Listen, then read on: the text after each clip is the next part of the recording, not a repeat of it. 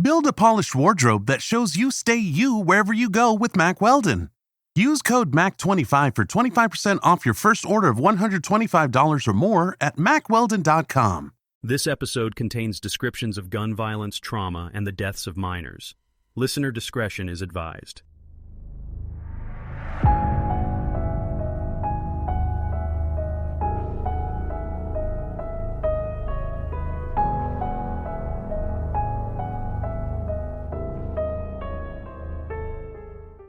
You're listening to Northern Dark, True Canadian Crime, a documentary podcast exploring the cases that have scarred communities across Canada. In this episode, a summer night in Toronto, families enjoying ice cream, couples strolling the street, restaurants packed with laughter.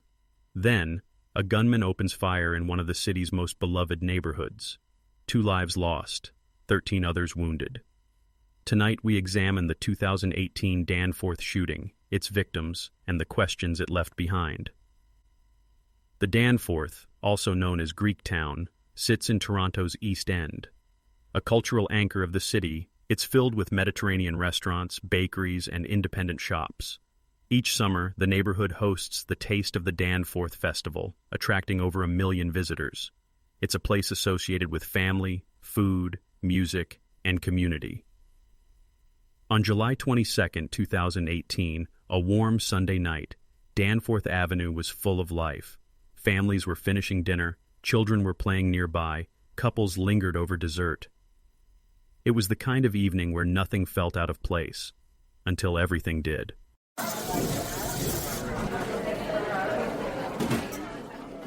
At 10 o'clock p.m., Faisal Hussein, a 29-year-old Toronto resident, began walking westbound along Danforth Avenue. Dressed in black and carrying a semi-automatic handgun, he opened fire on random pedestrians and into restaurants. Witnesses described the sound as firecrackers, then screams. Hussein walked with unsettling calm, shooting indiscriminately as he moved from storefront to storefront. At 7 Numbers Restaurant, a woman was shot through the front window. Outside Mises, families dove for cover. Just west of Logan Avenue, on a small parkette, 2 young girls were hit at close range. The attack lasted approximately 10 minutes. Calls flooded 911 dispatch. Police quickly responded, and Hussein was located near Bowden Street. As officers closed in, he took his own life. The attack was over, but its consequences were just beginning. 2 people were killed that night. 13 others were injured. All were civilians. Each had their own story. Juliana Kozis was 10 years old. She was out with her family for ice cream on the Danforth. A cheerful and athletic child, she loved swimming, playing the piano, and riding her bike. Juliana was an avid swimmer and a member of the Markham Synchro Club, where she was known for her energy and joy. Her death devastated her community. Reese Fallon was 18. She had just graduated from Malvern Collegiate Institute and was preparing to begin her studies in nursing at McMaster University. A bright student and dedicated volunteer, she had been involved in political organizing with the Federal Liberal Party. She was sitting with friends near the parkette when she was shot. Her friend Samantha Price, who survived the shooting, would later speak publicly about that night. She described the moments before the attack as peaceful, normal.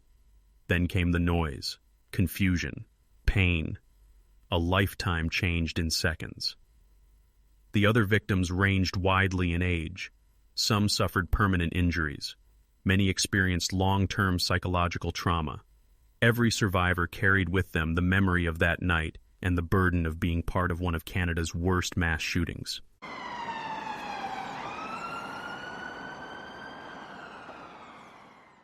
Toronto's emergency response system reacted rapidly. Within minutes of the first 911 call, police officers were on scene. They moved toward the shooter cautiously, attempting to corner him without risking further casualties. It was later determined that officers exchanged gunfire with Hussein shortly before he took his own life. Paramedics treated multiple victims on the street and transported several to trauma centers across the city. St. Michael's Hospital and Sunnybrook Health Sciences Center activated mass casualty protocols. Surgeons worked through the night. In the days that followed, the public expressed deep gratitude for the fast action of first responders, police, EMS, nurses, and doctors, whose work likely prevented further loss of life. In the aftermath, attention turned to the man responsible for the attack, Faisal Hussein. Hussein lived in the Thorncliffe Park neighborhood of Toronto, a diverse community home to many immigrant families.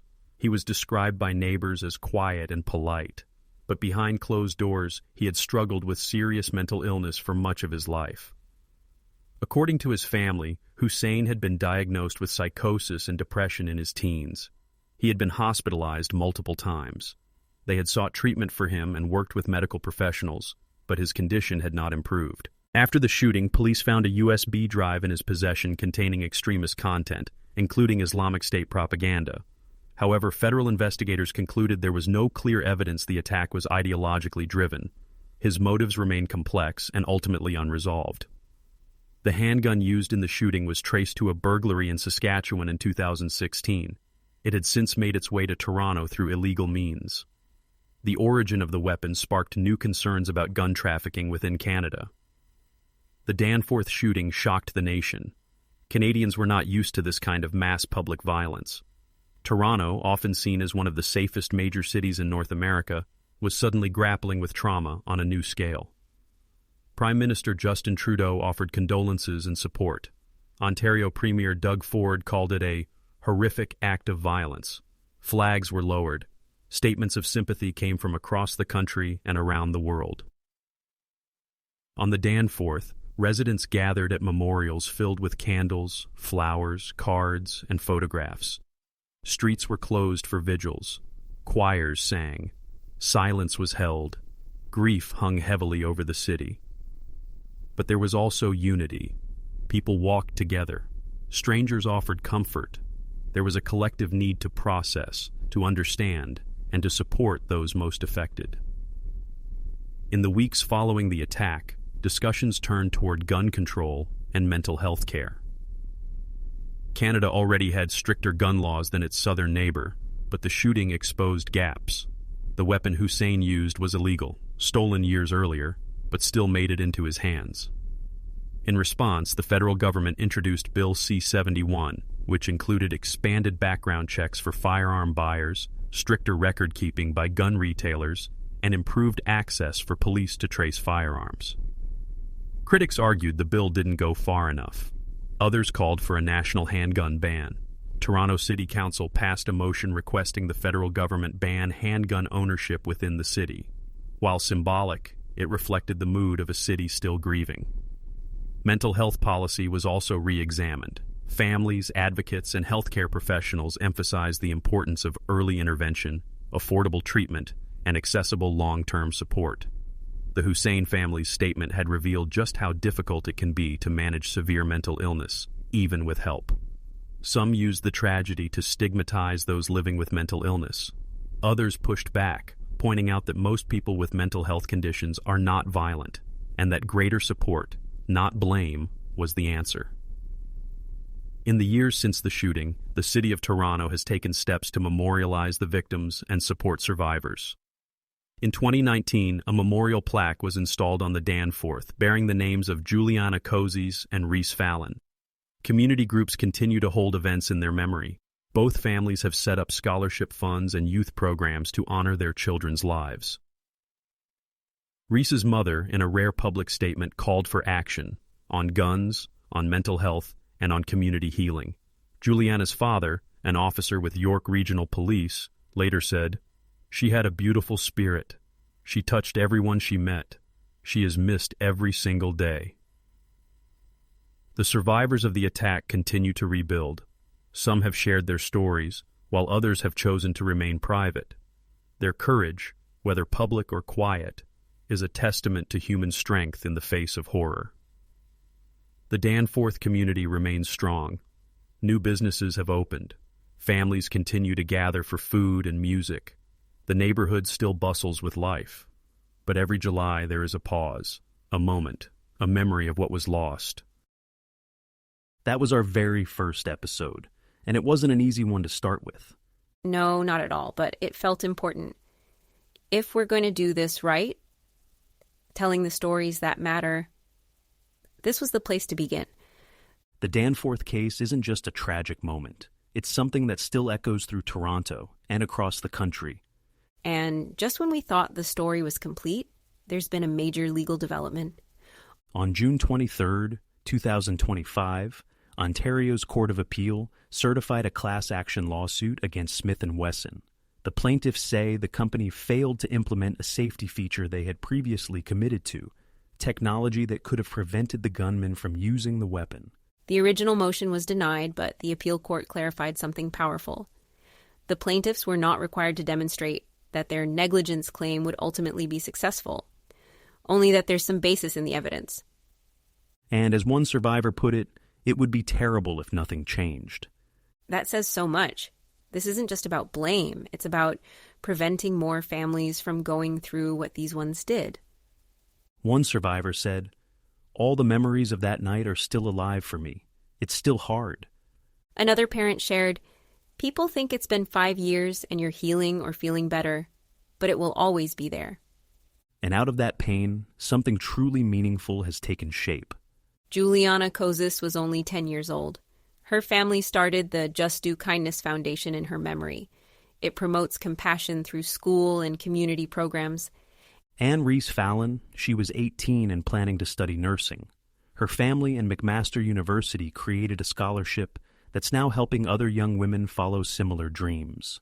One parent said, "The loss and strain of it, we all try to live with and go forward as best we can." And they're doing just that. They've launched foundations, changed laws, and helped reshape the way we think about gun violence.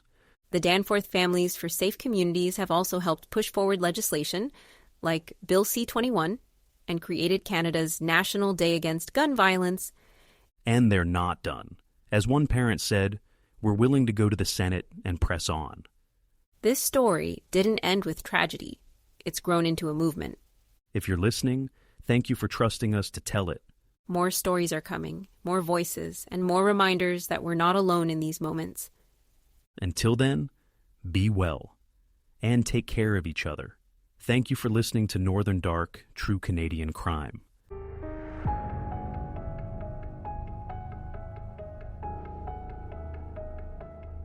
You've been listening to Northern Dark, True Canadian Crime.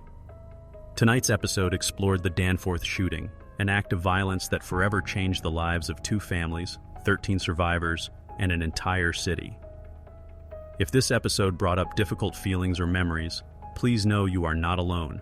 A list of mental health support resources is included in the show notes. To honor the victims, we encourage you to learn more about their lives and the foundations established in their names. Join us next time as we examine another case from Canada's darker history. Until then, thank you for listening, and take care of yourself.